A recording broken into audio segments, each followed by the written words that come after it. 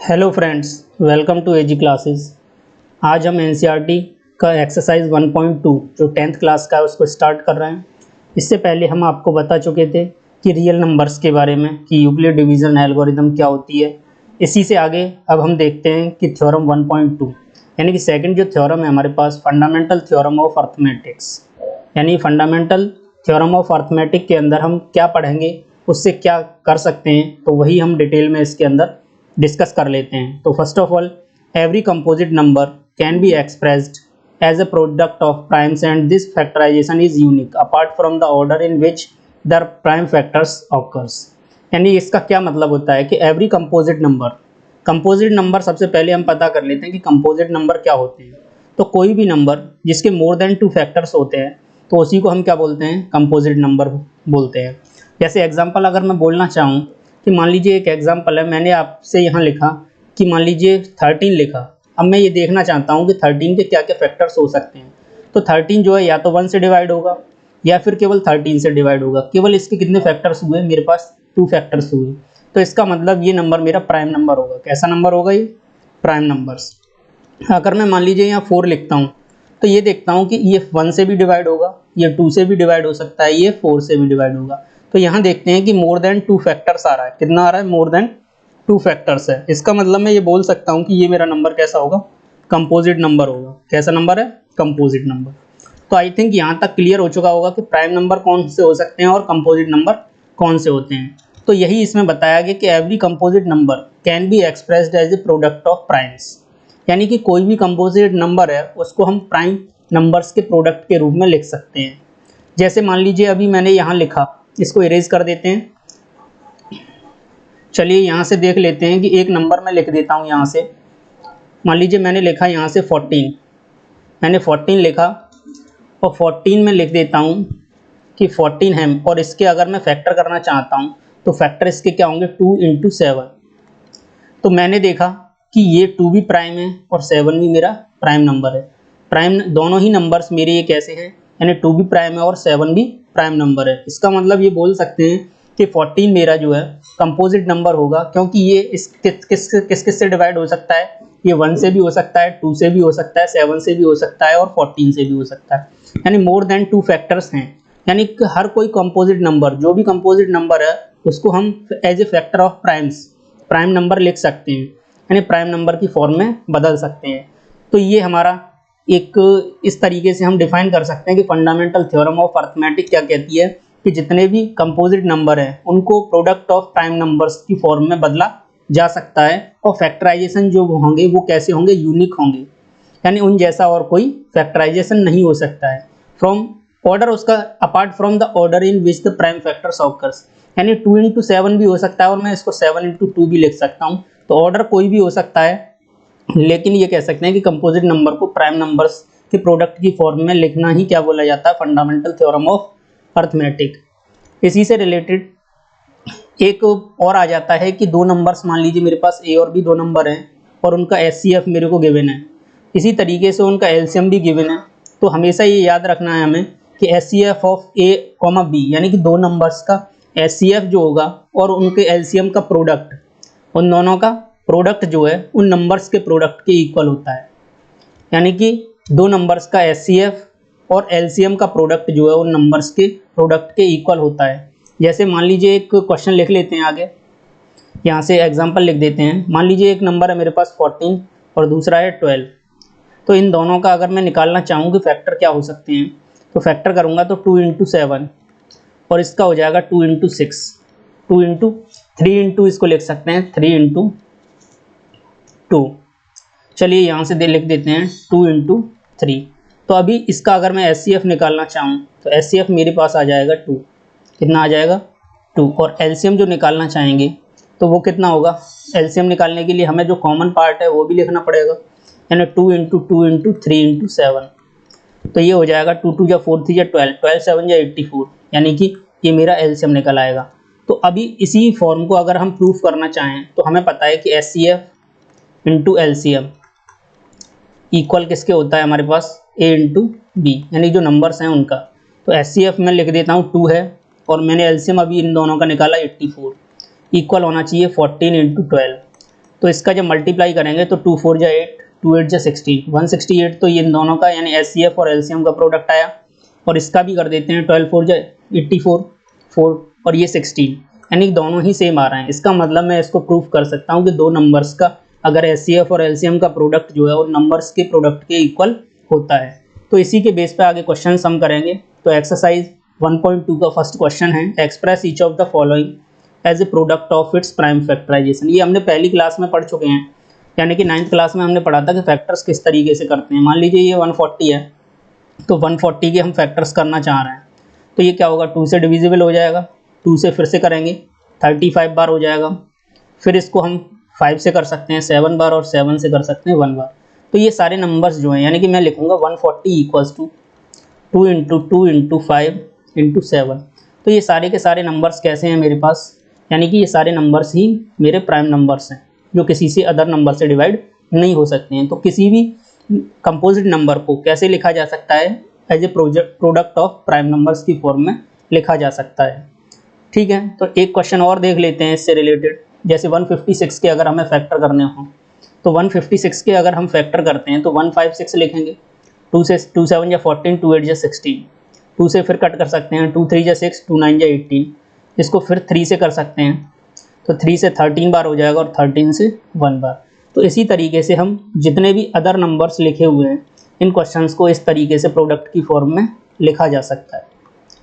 तो इस तरीके से हमारा ये आंसर हुआ। नेक्स्ट क्वेश्चन देख लेते हैं, यानी कि ये सेकंड क्वेश्चन है हमारे पास। Find the LCM and HCF of the following pairs of the integers and verify that LCM and into HCF equals to product of the two numbers. Same वही क्वेश्चन है जो मैंने अभी बताया था कि जैसे 26 और 91, अगर मान लीजिए let A equals to 26 and B equals to मेरे पास 91 है, तो दोनों का पहले मैं फैक्टर कर लेता हूँ कि मान लीजिए 26 का करते हैं तो 2 इंटू 13 आ जाएगा, और अगर 91 का करते हैं तो ये 91 का आ जाएगा 3। अगर हम इसको 13 से डिवाइड कर दें तो 7 इंटू 13। तो इस कंडीशन में एचसीएफ हमेशा क्या होता है कि जो कॉमन नंबर होता है, कॉमन पार्ट होता है दोनों फैक्टर्स के अंदर, उसको हम एचसीएफ बोलते हैं। तो एचसीएफ 13 आ गया। और अगर हम एलसीएम की बात करें कि एलसीएम कितना होगा इसका, तो एलसीएम क्या होगा, 2 इंटू कॉमन वाला पार्ट जो है 13 इंटू 7, तो इनका सबका मल्टीप्लाई कर देते हैं, तो 7 2 या 14 इंटू 13, इसका मल्टीप्लाई करेंगे। ठीक है, 14 3 या 42, 4 14, ये 182 आ जाएगा। कितना आ जाएगा, 182। अब वही फॉर्मूला हमारा LCM into HCF equals to A into B. LCM मेरे पास 182 आ गया है, एचसीएफ मेरे पास 13 है। ऐसे ही एक ए नंबर मेरे पास 26 था और इसका 91 था, तो इन दोनों का हम प्रोडक्ट कर देते हैं। तो इन दोनों का जब हम प्रोडक्ट करेंगे तो 13 2 जा 26, 2 13 8 जा 104, 104 प्लस 2 106 हो जाएगा। फिर कितना हुआ, 10, कैरी ओवर कितना हो जाएगा, 10, 13 1 या 13 और 10 23, ये 2366 तो ये आ जाएगा। इधर भी मल्टीप्लाई कर देते हैं, यहाँ देखिए 91 में मल्टीप्लाई करना है मुझे 26 से, तो 6 1 या 6, 6 9 जा 54 इंटू 2 1 या 2 और 2 9 या 18। जब इसको प्लस करेंगे तो 6 4 और 2 6, 8 और 5 13 2, यानी यही आ जाएगा हमारे पास 2 3 6 6। तो आई थिंक यहाँ तक आपको समझ आ गया होगा कि इस तरीके के क्वेश्चंस को हम किस तरीके से सॉल्व वेरीफाई करेंगे। ठीक है, चलिए नेक्स्ट क्वेश्चन देख लेते हैं इससे आगे। नेक्स्ट क्वेश्चन है हमारे पास, इसी के बेस पर एक क्वेश्चन और है। 306 एंड 657 दो नंबर्स हैं मेरे पास। अगर मान लीजिए ये मेरे पास ए है और ये वाला मेरे पास बी है, और इन दोनों का है एचसीएफ मेरे को दे रखा है 9। To find the LCM, LCM find out करना है, तो वही फॉर्मूला लिखेंगे, यानी कि HCF into LCM equals to A into B. तो एचसीएफ मेरे पास 9 दे रखा है, एलसीएम नहीं है पता, तो एलसीएम को हम ऐसे ही रहने देंगे। ए की वैल्यू मेरे पास 306 और 657। जब एलसीएम निकालना है तो ये जो 9 है इसको हम इधर लेके आएंगे, अब राइट साइड में लेके आएंगे, तो ये डिवाइड में आ जाएगा क्योंकि उधर मल्टीप्लाई में, तो डिवाइड करेंगे 3 से, तो सॉरी 9 से करेंगे ये। तो यहाँ देख लेते हैं, अगर 3 से कट करते हैं तो ये 102 इंटू 657 ऐसे ही रहने देते हैं, अपॉन 3 बचेगा। 3 से फिर कर देते हैं इसको, तो 3 3 जा 9, 3 4 जा 12, यानी 34 इंटू 657। अब इन दोनों का मल्टीप्लाई कर देंगे, तो यहाँ देख लेते हैं 657 इंटू 34, 4 से कर देंगे, 4 7 या 28, कैरी ओवर कितना होगा 2, ठीक है। 4 5 या 20 और 22, कैरी ओवर 2 हुआ, 4 6 या 24 और 2 26, इससे इसका मल्टीप्लाई 3, 3 7 या 21, 2, 3 5 या 15, 15 और 2 17, 1, 3 6 या 18 और 1 19, तो ये आ जाएगा 8 3 7 और 6 13, 10 और 2 12, और ये आ जाएगा 2 2 3 3 8, कितना आ जाएगा 2 2 3 3 8, तो ये हमारा एलसीएम निकल कर आ जाएगा। तो इस तरीके से हम इन क्वेश्चंस को सॉल्व कर सकते हैं कि एचसीएफ और एलसीएम दिया हो, या एक नंबर दिया हो तो दूसरा नंबर निकाल सकते हैं, या दो नंबर्स दिए हों तो एचसीएफ और एलसीएम निकाल के प्रूफ कर सकते हैं। नेक्स्ट क्वेश्चन देख लेते हैं, चेक वेदर 6 की power n 6 to the power n can end with the digits 0, यानी कि ये कहा गया है कि कोई नेचुरल नंबर n के लिए हम ये बोलना चाहते हैं कि 6 की पावर n का जब हम n की वैल्यू कुछ भी पुट करें, यानी 1 2 3 4 5 कुछ भी रख सकते हैं, तो क्या कभी उसका आंसर जो है, उसका आंसर का फर्स्ट डिजिट जो होगा वो 0 आएगा। तो फर्स्ट ऑफ ऑल हम देख लेते हैं कि 6 के फैक्टर क्या होंगे, 2 इंटू 3, तो इन दोनों की पावर्स क्या है 9, n लिखी हुई है, तो 2 की पावर भी n होगा और 3 की पावर भी n होगा। हम देखते हैं कि कोई भी नंबर, जनरली हम देखते हैं कि कोई भी नंबर अगर मान लीजिए 2 है, अगर इसमें किस नंबर का प्रोडक्ट किया जाए कि आंसर मेरा 0 आना चाहिए पीछे, तो हम देखते हैं जनरली अगर मैं इसको 5 से मल्टीप्लाई करता हूँ तब मेरे को क्या मिलेगा 10 मिलेगा, और जिसका लास्ट डिजिट क्या होगा 0। अगर मान लीजिए मैंने 2 इंटू या 4 लिखा, 4 इंटू 5 करूँगा तो ये 20 आएगा। यानी कि जनरली मैं देखता हूँ कि कभी भी 0 लाने के लिए उसके अंदर या तो 2 एज ए फैक्टर और 5 फैक्टर एज ए फैक्टर होना चाहिए, यानी 2 और 5 जिस नंबर के अंदर होंगे तभी उसका लास्ट डिजिट जो है वो 0 पॉसिबल हो सकता है। तो हम देखते हैं कि यहाँ पर 5 फैक्टर में नहीं है, इसका मतलब n की किसी भी वैल्यू के लिए हम ये नहीं बोल सकते हैं कि 6 की कोई भी वैल्यू के लिए उसका जो आंसर आएगा उसका फर्स्ट डिजिट जो होगा वो 0 आएगा। तो इसका मतलब यहाँ से लिख सकते हैं there is no value of n for which 6 to the power n ends with the digit 0, यानी कि n की पावर ऐसी कोई भी नहीं हो, n की वैल्यू ऐसी कोई भी नहीं है जिसके लिए 6 की पावर n का जो आंसर आएगा वो कभी भी 0 आ सकता है। तो हमें यहाँ से पता होना चाहिए कि 0 कब आएगा, जब किसी भी नंबर में 2 और 5 दोनों फैक्टर के रूप में होने चाहिए। ठीक है, नेक्स्ट क्वेश्चन देख लेते हैं, explain why 7 into 11 into 13 plus 13 and 7 into 6 into 5 into 4 into 3 into 2 into 1 plus 5 are composite number. हमें ये एक्सप्लेन करके बताना है कि क्या ये नंबर जो है कंपोजिट नंबर है या नहीं है, एक्सप्लेन करके दिखाते हैं। चलिए यहाँ से नंबर लिख लेते हैं, फर्स्ट वाला 7 into 11 into 13 plus 13। हमने बोला कि यहाँ हम जनरली देख रहे हैं 13 और 13 दोनों ही टर्म्स के अंदर कॉमन आ रहा है, तो हम इसको कॉमन ले लेंगे, तो 7 into 11 plus 1 ये बचेगा हमारे पास। तो 13 ब्रैकेट में देखते हैं 77 plus 1, ये आ जाएगा 13 into 78।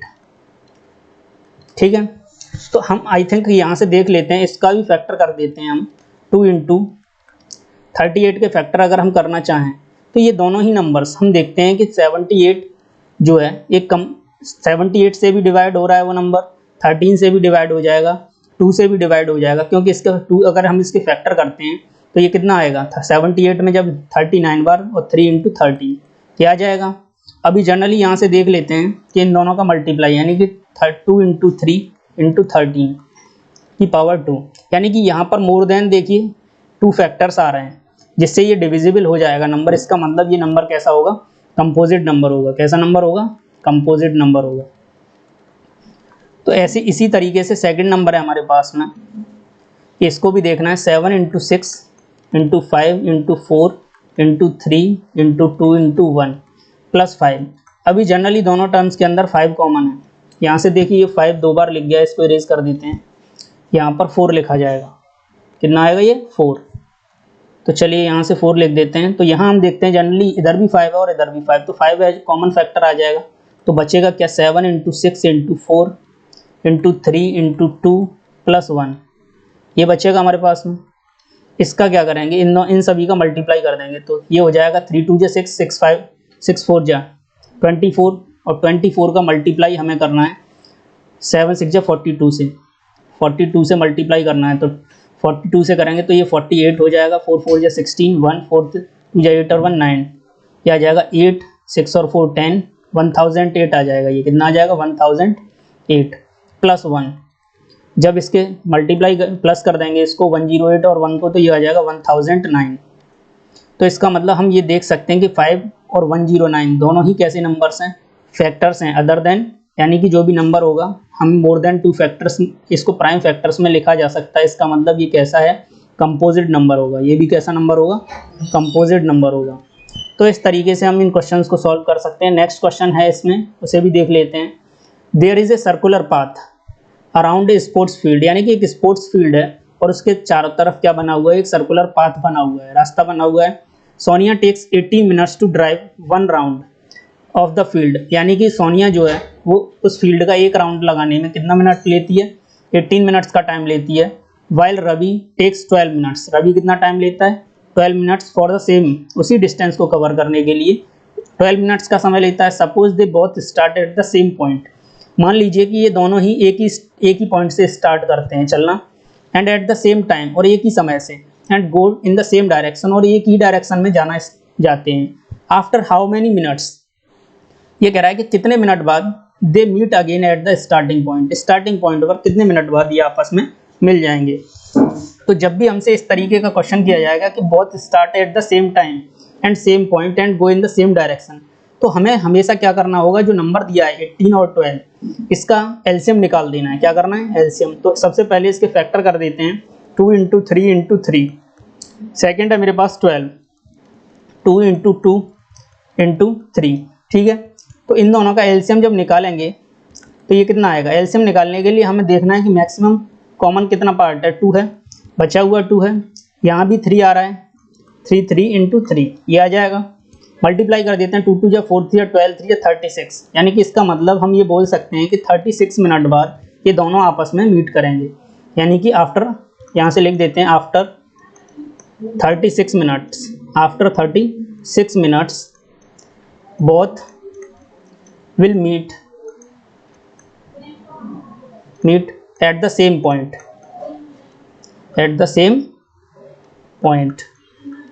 तो ये थे हमारे एक्सरसाइज 1.2 के सारे क्वेश्चंस। आपको अगर हमारा वीडियो अच्छा लगा हो तो लाइक शेयर और सब्सक्राइब करना ना भूलें। Thank you for watching it.